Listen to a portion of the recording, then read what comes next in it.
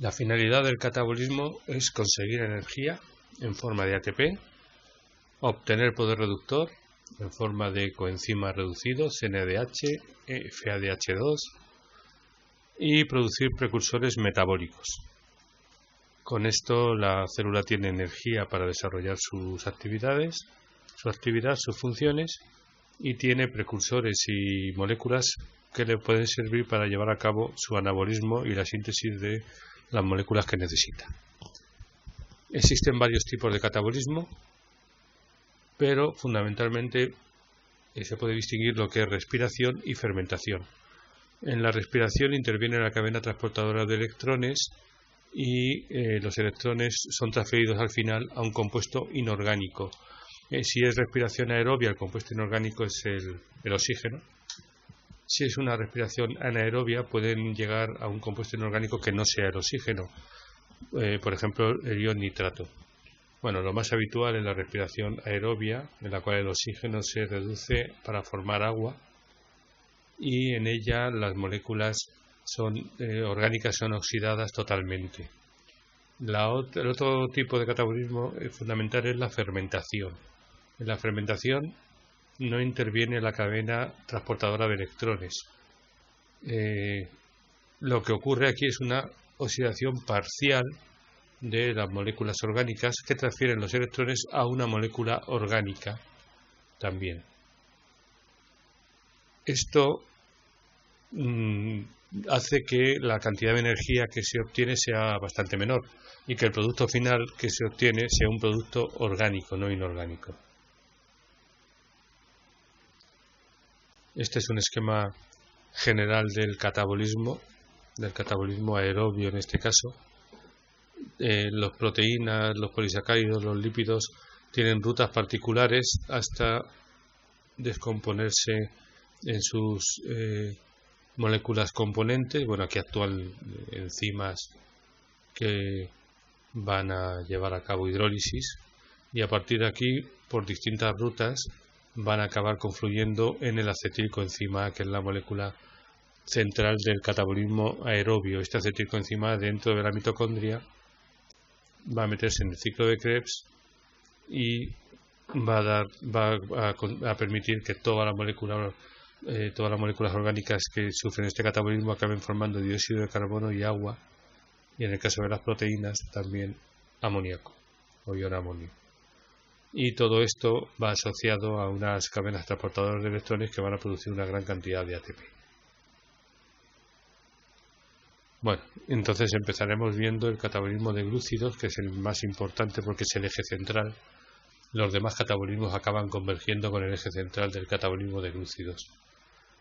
En primer lugar, los glúcidos se hidrolizan hasta formar glucosa u otros monosacáridos que se pueden transformar en glucosa. La glucosa se oxidará hasta dar al final dióxido de carbono y agua en la oxidación, en la respiración aerobia, una oxidación completa, pero lo va a hacer en varias rutas metabólicas que tienen lugar en distintas partes de la célula.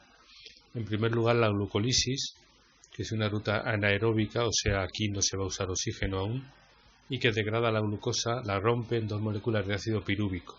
Por tanto, se produce la rotura y una oxidación parcial de la glucosa. Esto ocurre en el citosol, sin oxígeno. Y tras esta glucólisis, y solamente cuando se va a utilizar el oxígeno, tiene lugar la respiración celular, que es la oxidación completa de los átomos de carbono de la glucosa hasta formar dióxido de carbono. Esta respiración celular tiene lugar en la mitocondria, es generalmente aerobia, vamos a hablar de la aerobia, y actúa como aceptor final de electrones el oxígeno.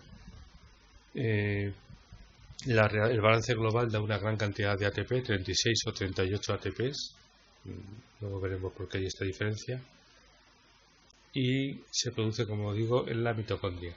Si no hay oxígeno, el ácido pirúvico que se forma en la glucólisis va a sufrir una fermentación. Esta fermentación va a producir una pequeña cantidad de ATP, solamente 2 ATPs, y va a dar lugar a una molécula orgánica final porque es una oxidación incompleta de la glucosa. Esto se va a producir en condiciones anaerobias o en organismos que solamente llevan a cabo fermentaciones. Bueno, la glucólisis o glucólisis es una ruta anaeróbica de 10 etapas. Es una ruta metabólica que tiene 10 etapas. En ella, a partir de una molécula de glucosa, al final se van a obtener 2 moléculas de ácido pirúvico y una pequeña cantidad de energía. Y tiene lugar en el citosol entera. Bueno, comprende 3 fases.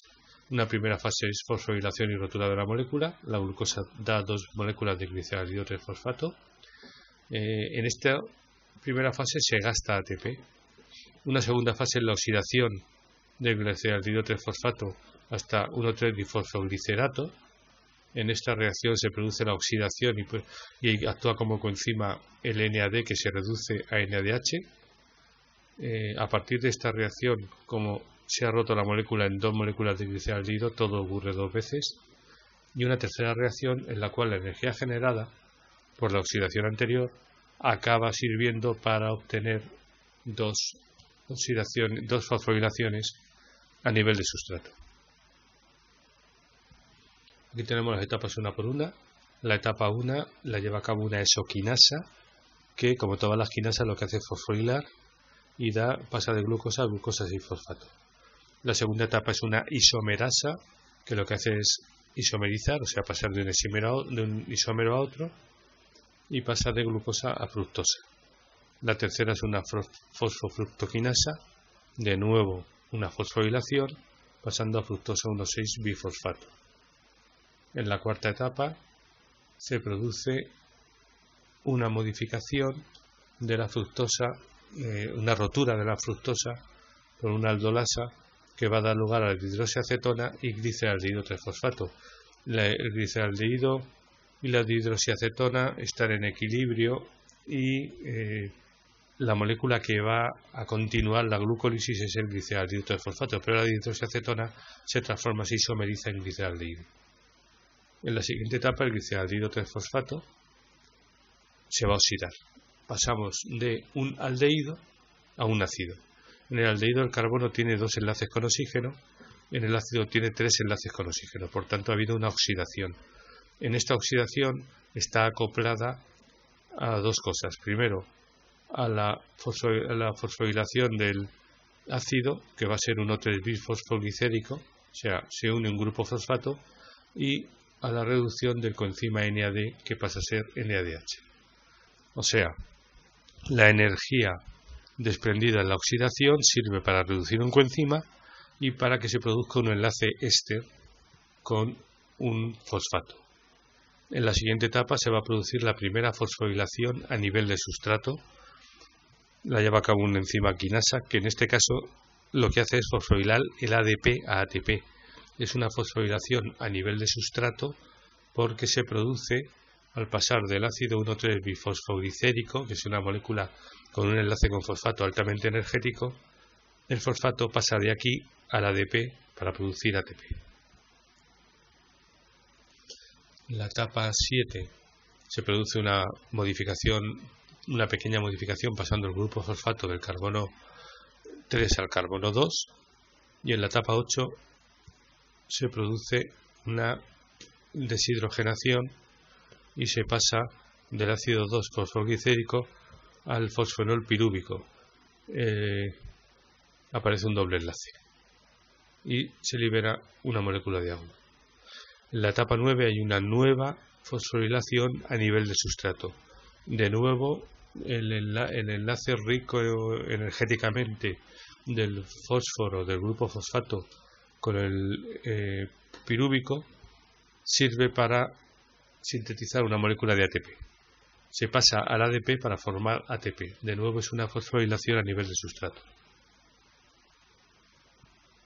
Tras esta etapa tenemos pirúvico y ATP. El ácido pirúvico, que es un cetoácido con un grupo ceto y un grupo ácido, y el ATP. Bueno, 2 cosas. Primero, hemos dicho que eran 10 etapas, porque hay que incluir que la dihidroxiacetona tiene que pasar al gliceraldehído, y eso sería una etapa más. Segundo, vamos a ver qué grado de oxidación ha sufrido la glucosa. Al principio teníamos 1, 2, 3, 4, 5, 6, 7 enlaces con oxígeno, y al final del proceso tenemos 2, 3, 4, 5 en cada molécula de pirúvico. Como salen 2 moléculas de pirúvico, tenemos 10 enlaces con oxígeno. Por lo tanto, ha habido oxidación. Aquí tenemos la energía consumida y la energía producida.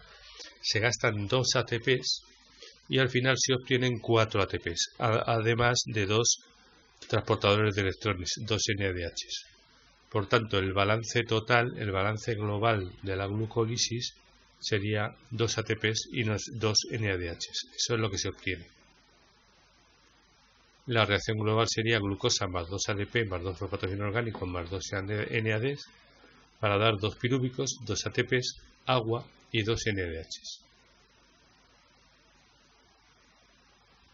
Bien, a partir de la glucólisis, los organismos eucariotas y la mayoría de los procariotas llevan a cabo la respiración celular aerobia, en la cual utilizan oxígeno para oxidar totalmente los carbonos de la glucosa, bueno, que ahora son los carbonos de las 2 moléculas de ácido pirúvico, hasta dióxido de carbono, y conseguir una gran cantidad de ATP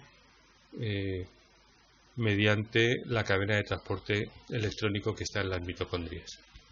En esta respiración celular aerobia hay varias etapas. En primer lugar, la descarboxilación oxidativa del ácido pirúvico, después el ciclo de Krebs y por último el transporte de los electrones para liberar la energía y acoplarlo a la fosforilación oxidativa.